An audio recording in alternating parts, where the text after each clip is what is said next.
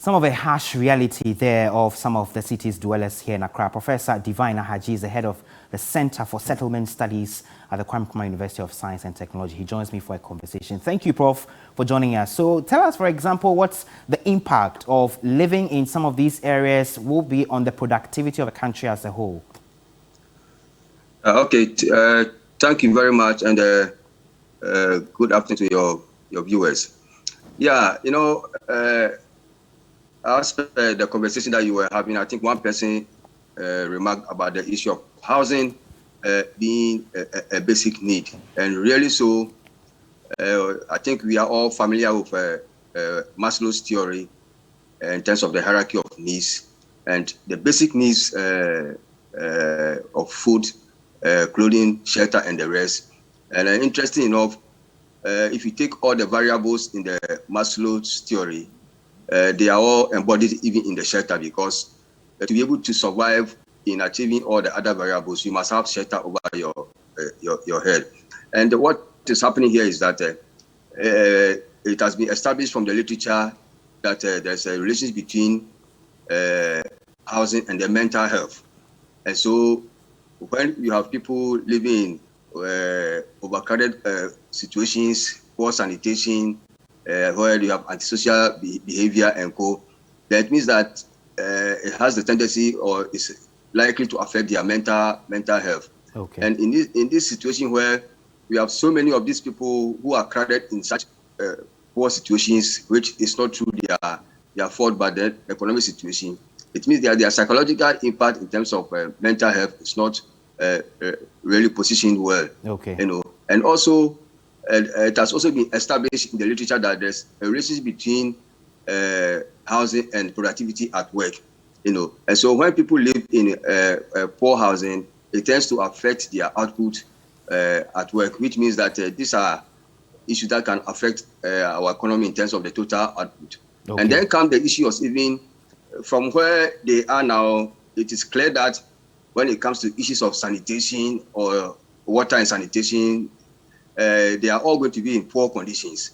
And generally, many of them will do this kind of open defecation and other things, which will all contribute to the problems we are having. And at least one literature that I've come across suggests that open defecation alone is costing Ghana about 200 million Ghana cedis, you know, per year, you know, and then even in totality, in terms of poor sanitation, about 600 million Ghana cedis. So these are some of the economic issues that and social issues that, if you compound them together, it means that really we are having a serious problem. And so, Prof, what then should be the policy direction, for example, so that the 20% or so population that has been found to be living in shacks and wooden structures, etc., could also be harnessed, for example? Yeah, great. And you know, as you talk to the young men there, these are normal people like all of us who have come to the urban city to also look for livelihood, because there are opportunities in the city.